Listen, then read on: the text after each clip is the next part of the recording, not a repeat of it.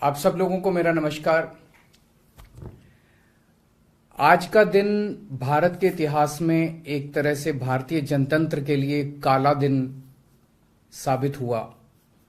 आज संसद के अंदर दिल्ली के लोगों को गुलाम बनाने वाला बिल पास कर दिया गया। ये बिल दिल्ली के लोगों को बेबस बना देता है, असहाय बनाता है, लाचार बनाता है, गुलाम बनाता है। जब हम आजाद नहीं हुए थे 1935 में, अंग्रेजों ने एक कानून बनाया था। उस कानून का नाम था गवर्नमेंट ऑफ इंडिया एक्ट। उस कानून में अंग्रेजों ने यह लिखा था कि भारत में चुनाव तो होंगे, लेकिन जो सरकार चुनी जाएगी उसको कोई काम करने की पावर नहीं होगी, काम करने की शक्तियां नहीं होंगी। जब हमारा देश आजाद हुआ तो हमने संविधान बनाया और संविधान में हमने लिखा कि चुनाव होंगे, लोग अपनी सरकार चुनेंगे और जो सरकार चुनेंगे उस सरकार को लोगों के लिए काम करने की सारी शक्तियां होंगी। आज आजादी के 75 साल के बाद प्रधानमंत्री मोदी जी ने दिल्ली के लोगों की आजादी छीन ली। उन्होंने 1935 वाला अंग्रेजों का कानून बनाया है कि दिल्ली के लोग चुनाव तो होंगे, दिल्ली के लोग अपनी सरकार तो चुनेंगे, लेकिन उस सरकार को काम करने की कोई भी शक्ति नहीं होगी। ये कानून आज हमारे देश की संसद ने पास किया है। दिल्ली के लोगों की वोट की अब कोई कीमत नहीं बची है। अब सरकार बनाई, उस सरकार की कोई शक्ति नहीं है। सुप्रीम कोर्ट ने एक आदेश दिया था, 11 मई को सुप्रीम कोर्ट ने आदेश दिया था। सुप्रीम कोर्ट ने क्या कहा? सुप्रीम कोर्ट ने कहा, भारत एक जनतंत्र है। इस जनतंत्र में हम अपनी सरकार चुनते हैं, जनता अपनी सरकार चुनती है और उस सरकार को जनता के लिए काम करने की पूरी ताकत होनी चाहिए, सुप्रीम कोर्ट ने कहा। प्रधानमंत्री जी ने एक ही हफ्ते के, सुप्रीम कोर्ट का जैसे आदेश आया, एक हफ्ते के बाद उसको सुप्रीम कोर्ट के आदेश को पलट दिया और उसके खिलाफ एक अध्यादेश लेके आए। और आज हमारे देश की संसद ने उस अध्यादेश को इस देश का कानून बना दिया कि अब दिल्ली के लोगों की चुनी हुई सरकार को काम करने की कोई ताकत नहीं होगी। अब इस कानून में लिखा है कि दिल्ली के लोग जो मर्जी सरकार बनाएं, लेकिन उस सरकार को चलाएंगे एलजी साहब और मोदी जी, सीधे सीधे वही लोग चलाएंगे इस सरकार को। तो इससे साफ जाहिर है कि प्रधानमंत्री मोदी जी कह रहे हैं कि मैं सुप्रीम कोर्ट को भी नहीं मानता। जिस देश के प्रधानमंत्री उस देश की सर्वोच्च अदालत को नहीं मानते, उस देश का क्या भविष्य हो सकता है? सीधे सीधे वो कह रहे हैं सुप्रीम कोर्ट जो मर्जी आदेश पास करे, अगर मुझे सुप्रीम कोर्ट का आदेश पसंद नहीं आया तो मैं उसके खिलाफ कानून बना के सुप्रीम कोर्ट के आदेश को पलट दूंगा। इतना अहंकार हो गया इन लोगों को। इन लोगों ने देखा कि दिल्ली में आम आदमी पार्टी को हराना बहुत मुश्किल है। पिछले 4 चुनाव सीधे सीधे 2013 में, 2015 में, 2020 में और उसके बाद एमसीडी का चुनाव, सीधे सीधे 4 चुनाव बीजेपी आम आदमी पार्टी से दिल्ली में हार गई। दिल्ली के अंदर 25 साल से ज्यादा हो गए अब बीजेपी की सरकार नहीं बनी है। 25 साल से इनको वनवास दिल्ली के लोगों ने दिया हुआ है। तो इनको लगा कि आम आदमी पार्टी को हराना मुश्किल है, तो इन्होंने चोर दरवाजे से, पीछे से चोर दरवाजे से इन्होंने दिल्ली की सत्ता को हथियाने की कोशिश की है। दिल्ली के लोगों ने एक बार आम आदमी पार्टी को 70 में से 67 सीट दी और 3 सीट बीजेपी को दी। दूसरी बार 70 में से 62 सीट दी और 8 सीट बीजेपी को दी। तो एक तरह से दिल्ली की जनता ने चिल्ला चिल्ला के बीजेपी को कहा है कि दिल्ली के अंदर दखल अंदाजी मत करना। प्रधानमंत्री जी को साफ साफ शब्दों में दिल्ली के लोगों ने कहा, 7 सीट उनको नेशनल चुनाव में 7 सीट दी और दिल्ली के चुनाव में 3 सीट दी। तो मोदी जी को साफ साफ दिल्ली की जनता ने कहा कि दिल्ली के काम में दखल अंदाजी मत करना, आप देश संभालो। लेकिन मोदी जी कहते हैं मैं जनता की बात नहीं मानता। इतना अहंकार हो गया, ना जनता को की बात मानते, ना सुप्रीम कोर्ट की बात मानते। और आपको पता है इस कानून में क्या लिखा है, जो कानून आज पास किया है?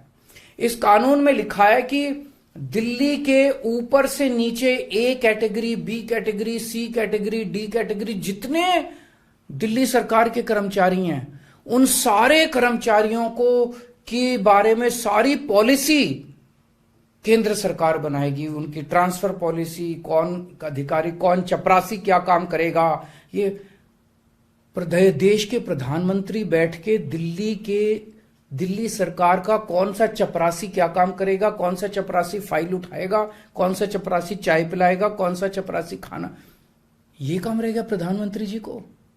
इसके लिए प्रधानमंत्री बनाया था देश का कि आप दिल्ली के चपरासियों की ट्रांसफर पॉलिसी बनाओगे बैठ के प्रधानमंत्री बनके। आप केंद्र चलाओ ना, आप दिल्ली के अंदर क्यों दखल अंदाजी कर रहे हो? आपको क्या लगता है ऐसा क्यों कर रहे हैं? वो ऐसा इसलिए कर रहे हैं क्योंकि पिछले 7-8 साल में बिना किसी पावर के भी हम लोगों ने जो काम किए हैं, हमने इतने शानदार स्कूल बनाए, इतने शानदार अस्पताल बनाए, 24 घंटे बिजली कर दी, बिजली फ्री कर दी, पानी घर घर पहुंचा रहे हैं, सड़कें बनाई, इतने सारे काम हम लोगों ने कर दिए। इनसे वो काम नहीं हो रहे। 30-30 साल से गुजरात के अंदर इनकी सरकार है, बेड़ा गर्क है गुजरात का। हरियाणा के अंदर इनकी सरकार बनी, हरियाणा में बेड़ा गर्क है इनका। मणिपुर के अंदर बीजेपी की सरकार है, मणिपुर को जला दिया इन लोगों ने। इसलिए केजरीवाल के साथ कंपटीशन नहीं कर सकते, काम में कंपटीशन नहीं कर सकते, हमारे जैसे काम नहीं कर सकते, आम आदमी पार्टी के जैसे काम नहीं कर सकते। इसलिए केजरीवाल को काम करने से रोको, किसी भी तरह से केजरीवाल को काम करने से रोको, बस ये इनका मकसद है। मैं सुन रहा था अमित शाह जी को, वहां पे संसद में भाषण दे रहे थे, कहते हैं झगड़ते बहुत हैं ये लोग, झगड़ते बहुत हैं ये लोग। मैं स्कूल बनाता हूं, ये मेरे को स्कूल नहीं बना देते। फिर मैं जब इनसे कहता हूं मेरे को स्कूल बना देने दो, तो कहते झगड़ता बहुत है केजरीवाल। मैं मोहल्ला क्लिनिक बनाता हूं, मेरे मोहल्ला क्लिनिक तोड़वा दिए इन लोगों ने। फिर कहते हैं केजरीवाल झगड़ता बहुत है, मैं इनको कहता हूं मेरे को मोहल्ला क्लिनिक बनाने दो। मैं अस्पताल में दवाइयां फ्री करता हूं, कहते हैं दवाइयां फ्री क्यों करता है। मैं बिजली फ्री करता हूं, कहते हैं केजरीवाल फ्री भी दे रहा है, फ्री की रेवड़ियां दे रहा है, कहते हैं झगड़ते बहुत हैं। मैं जो भी करता हूं, चाहे झगड़ता हूं चाहे जो भी करता हूं, दिल्ली के लोगों को पसंद हूं। इसीलिए 3 बार 4-4 बार दिल्ली के लोगों ने मेरे को, जो भी कर रहा हूं ठीक ही कर रहा हूं, तभी 4-4 बार लोगों ने हमें वोट दिया। और होम मिनिस्टर अमित शाह जी क्या कहते हैं, मैंने सुना उनको संसद में, हमारे पास पावर है, संविधान ने हमें पावर दी है कानून पास करने की, हमारे पास पावर है, हमें सुप्रीम कोर्ट ने पावर दिया है ये कानून पास करने की। अरे आपको पावर दी है जनता की सेवा करने की, जनता के ऊपर अत्याचार करने के लिए पावर नहीं दी आपको। इतना घमंड मत कीजिए अमित शाह जी। आपको पावर दी गई है ताकि आप विकास करें देश का, आपको पावर दी गई है ताकि आप देश के लोगों को शक्तिशाली बनाएं। आपको पावर इसलिए नहीं दी गई है कि आप देश के लोगों को लाचार बना दें और उनके वोट का अधिकार छीन लें। ये जो आप पावर पावर पावर पावर कर रहे हो, ये पावर आपको जनता की सेवा करने के लिए दी गई है। मैंने देखा है अमित शाह जी पिछले चुनाव में आप घर घर जाके दिल्ली के अंदर पर्चे बांट रहे थे, एक एक घर में जाके आप पर्चे बांट रहे थे। दिल्ली के लोगों ने आपको नकार दिया। अब आप दिल्ली के लोगों को तमाचा मारने आ गए।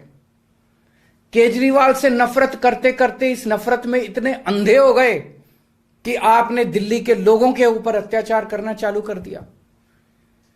और मैं प्रधानमंत्री जी को याद दिलाना चाहता हूं, 2014 के चुनाव में प्रधानमंत्री जी आप खुद आए थे दिल्ली, आपका भाषण उठा के देखिए। आपने दिल्ली की जनता को प्रॉमिस किया था कि मेरे को प्रधानमंत्री बना दो, मैं अब दिल्ली को पूर्ण राज्य बनाऊंगा। उसके पहले, हर चुनाव के पहले भारतीय जनता पार्टी ने आंदोलन किए हैं दिल्ली के अंदर दिल्ली को पूर्ण राज्य बनाने के लिए। और आज आप लोगों ने दिल्ली के लोगों की पीठ में छुरा घोंप दिया, अपनी वादे से मुकर गए।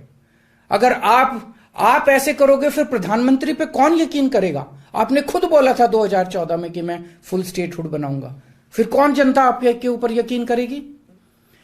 2015 में आपने मेरी शक्तियां छीनी दिल्ली सरकार की, जैसी हमारी सरकार बनी आपने हमारी शक्तियां छीन ली नोटिफिकेशन जारी करके। फिर भी बिना शक्तियों के हमने काम किया और दिल्ली की जनता ने मेरे को 2020 में 62 सीट दे के दिल्ली की जनता ने आम आदमी पार्टी की सरकार बनाई। क्यों? क्योंकि मैं दिल्ली का बेटा हूं और आप दिल्ली के नेता बनना चाहते हो। दिल्ली के लोगों को अपना बेटा पसंद है और दिल्ली के लोगों को आप जैसे नेता नहीं चाहिए। हम दिल्ली वाले दिल्ली से बहुत प्यार करते हैं और हम जानते हैं कि बीजेपी दिल्ली के लोगों से नफरत करती है, दिल्ली वालों से नफरत करती है। इस बार दिल्ली के लोग बीजेपी को एक भी सीट नहीं देंगे, लोकसभा में एक भी सीट नहीं देंगे। इस पूरे संघर्ष के अंदर बहुत सारी पार्टियों ने, बहुत सारे नेताओं ने दिल्ली के लोगों का साथ दिया। उन सब नेताओं को और उन सब पार्टियों को मैं तहे दिल से दिल्ली के 2 करोड़ लोगों की तरफ से शुक्रिया अदा करता हूं, धन्यवाद बोलता हूं